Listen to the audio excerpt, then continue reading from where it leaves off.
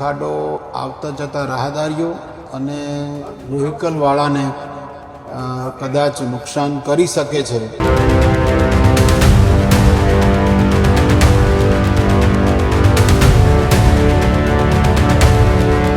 સ્કૂલે છોકરા મેળવા દાતાના સાઈડમાં સાધન ખૂબ હેડતો અને બાજુમાં ખાડો પડી ગયો છે, એટલે અમારે હેડવાની તકલીફ થાય. અને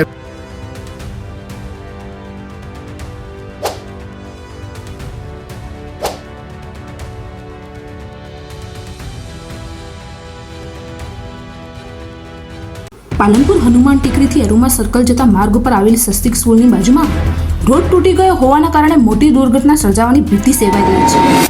તેમ છતાં જાણે તંત્રના પેટનું પાણી પણ ન હલતું હોય તેમ મુખ પ્રેક્ષકની જેમ જોયા કરે છે, પરંતુ કામ કરવાની તસ્તી પણ લેતું નથી.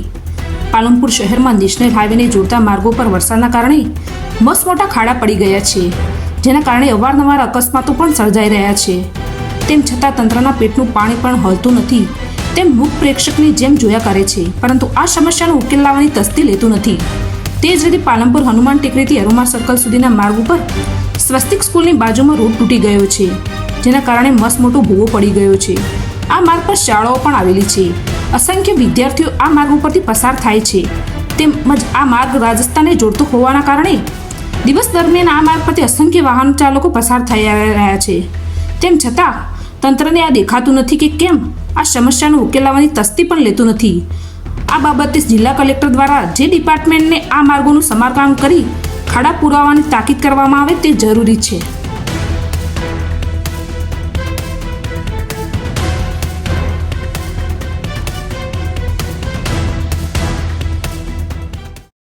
સ્કૂલે છોકરા મેળવા દાતાના સાઈડમાં સાધન ખૂબ હેડતો અને બાજુમાં ખાડો પડી ગયો છે, એટલે અમારે હેડવાની તકલીફ થાય અને રિપેરિંગ કરાવવાની માનવતા છે.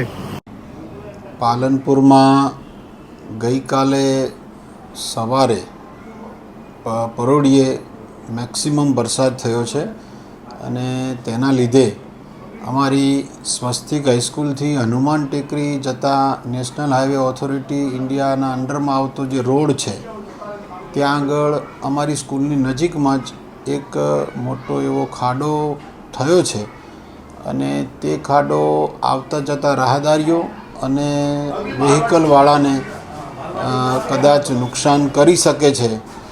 એટલે તે ખાડાને સત્વરે નેશનલ હાઈવે ઓથોરિટીને વિનંતી કરીએ કે તે ખાડાને સત્વરે પૂરી અને રોડને સરફેસ વ્યવસ્થિત કરી અને રાહદારીઓને ચાલવામાં કે વાહનોને ચાલવામાં સરળતા ઊભી થાય તેવો એક પ્રયત્ન કરે. અને તેના માટે અમારી સંસ્થાનો, અમારા શાળા મંડળનો ક્યાંય પણ મદદની આવશ્યકતા હોય તો અમે તેના માટે તત્પર છીએ. Thank you.